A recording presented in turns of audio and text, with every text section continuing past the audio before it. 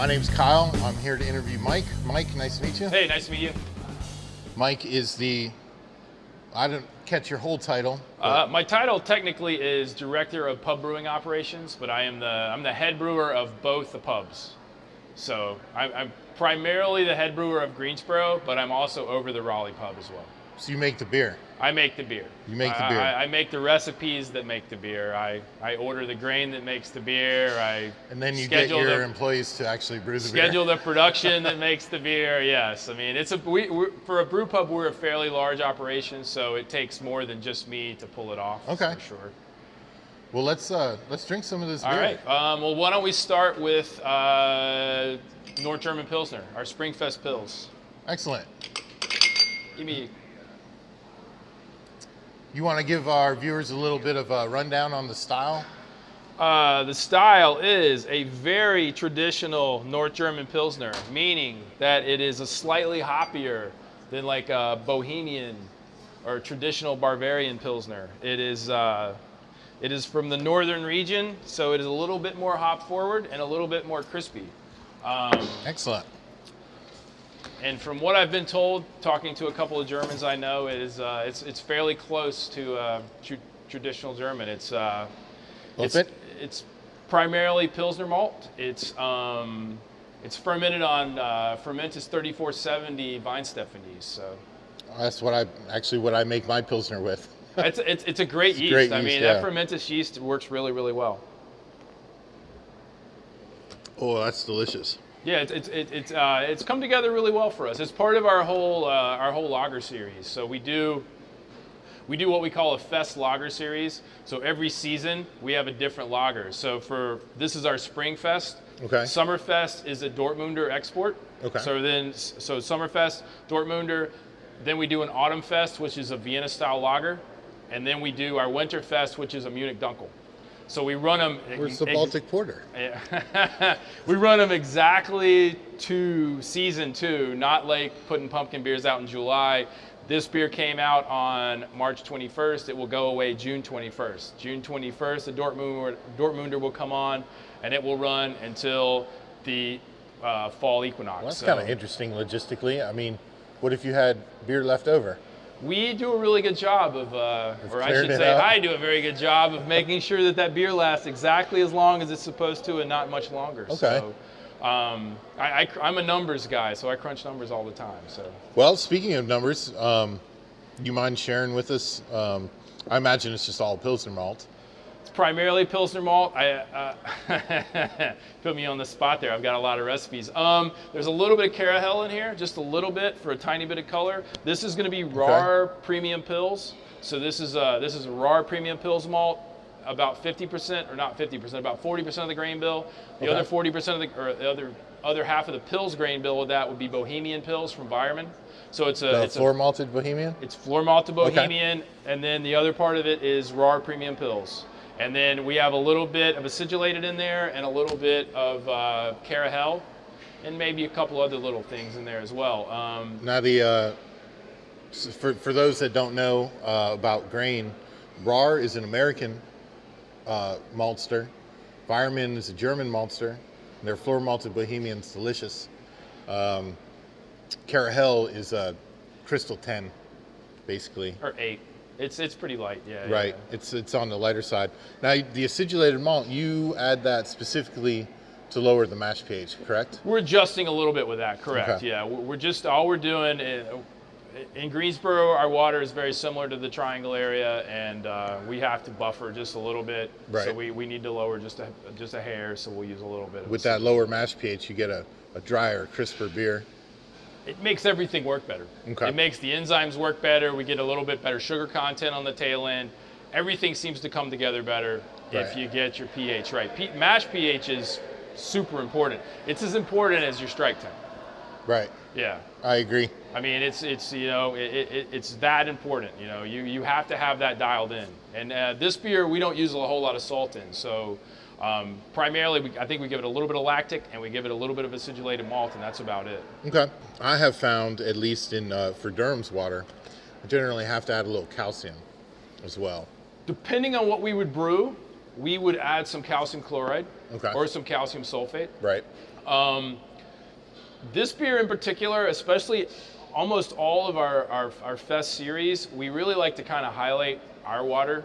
Okay. Because of the way the Germans do it, and the Germans are very specific about regions and the way they do their water. And it's the one thing that you have that nobody else has is your water. Right. So, I mean, everybody can order RAR pills, everybody can order the same Herrsprugger hop, everybody can use 3470, but everybody can't use Greensboro water. Right. So, I mean, and that's the one identity you have, so.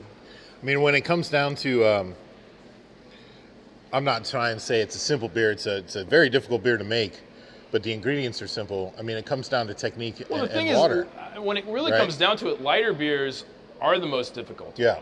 Because there's nothing there to cover up. I mean, you can't add something to cover up a flaw. So a lighter beer has to be exactly right from the beginning. This beer, I think the biggest fault that this beer could have, if it was going to have a fault, would be cream corn. It would be throwing some DMS. Right. So, and it's not, it's very clean, and that comes from a step mash, so we step mash this beer. And then 90-minute boil, more than likely, right? We do 90-minute boil on everything. So, on everything. Yeah, pretty much across the board, we do a 90-minute boil. Okay. When you're dealing with that much Pilsner, you really have to do a 90-minute boil. Yeah, if Pilsner even thinks about my grist, I do a 90-minute boil. Yeah. Same thing with wheat and rice hulls.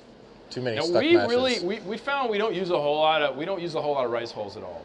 Oh yeah, you're. We need, we have certain beers that benefit from them slightly. Right. But rice hulls are they throw that tobacco box thing, and that cigar box. You get that little bit of flavor off of them, and I'm not super happy with it. Plus, as far as lifting the lauter bed, if we do all that by hand, we don't have a rake. So if you've got rice hulls in the bottom of there, it is a beast. I mean, it is hard as a rock down. I mean, I'm usually only dealing with 30 or 40 pounds of grain. Right. So it's a little simpler. Yeah, you put 500 or 600 pounds of grain in there on top of some rice hulls, and you've got a real pain in the ass. So. I had to clean out Full Steam's mash tun once, but I was having a lot of fun doing that. Not often that homebrewer gets to do that. They're great guys, man. I like absolutely. The Full Steam guys. We have their tap on right now. We're doing one of their beers right now. So with this yeast in my Pilsner that I make, which is basically just 100% Pilsner malt, and I think I use Merkur and Erzbrucker as far as bittering hops. But I do use the 3470 yeast, and I ferment it straight at 50 degrees, and then I let it rise up for diacetyl rest. When I get down 3/4, 80% of my fermentation's done. Right. I'll raise it up 10 degrees. I would have to do a conversion. We do everything in Celsius. So we ferment this beer at 12 Celsius, and then we would drop it to 10, and then drop it to 8, and then drop it to 6, and then drop it to 4, and then drop it to 2. You're going down. Yeah, we don't ever, but we leave it for 4 weeks. Okay. So we let it sit at 12 for probably 2.5 weeks.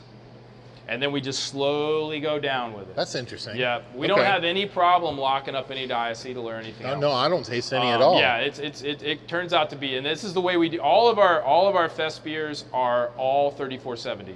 We do them all exactly the same way. As far as so basically same fermentation profile. Same fermentation profile on all of them. Yeah. Okay. No, that's interesting because so for me anyways.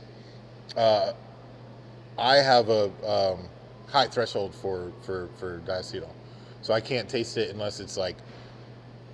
There are some breweries that I think the brewer personally doesn't have any flavor for it either because I can taste it in their beers. No, I can taste it. Yeah, I don't like diacetyl in anything. So.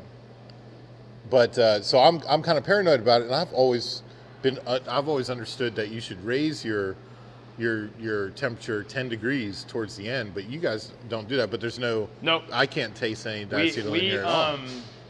I was taught our original director of brewing operations for the entire company was German, and they do know their beer. I was taught by he worked for Eyinger, and I was taught by him that the way to do it is just to slowly step it down. Now you would never want to go from 12 to 2, right? And we ride it at 12 until we use a spooning apparatus. So we'll ride it at 12 until we're down to, say, 4 Plato. Then we'll put the spooning apparatus on there, and we'll start locking in some natural CO2, and then we'll start slowly. A spunding valve. Yeah, exactly. Okay. So we'll slowly start ramping it down until we get to 2. You know, and that takes us 2 weeks. Okay. To get down to 2. So I've experimented with fermenting under pressure. Oh, it makes. I mean, it's in Germany you have to do it because you can't carbonate. So you have to lock in that natural CO2. Right. So and this beer is one of those that we almost never have to add any carbonation to. If we do, we have to add very little. So that most of the carbonation in this beer is natural. I've never been able to dial it in perfectly. It's tricky, and it's depending on your equipment too. Because I mean, the bottom line is if you don't have the spooning apparatus set exactly right, then you're going to blow your PRV. So I have a I'll ferment when I'm fermenting under pressure, and I do this with my wheat beer a lot.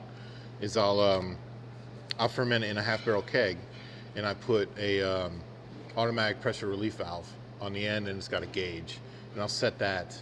But for some reason, I've just never been able to dial. It's usually either I have to add a little more CO2 on it, or I've got to let off some CO2 at the end to flatten it out a little bit. We never come up with a beer where we have to let anything off. I mean, we may overcarbonate accidentally, force carbing, but we don't ever capture too much carbonation. Normally on our lagers, and this is the only one, pretty much the only beer we do like that, we can manage to capture, I would say, 90% of the carbonation that we need for that beer. And this one's like 2.8 volume, so I mean there's a lot of CO2 in this beer. Yeah.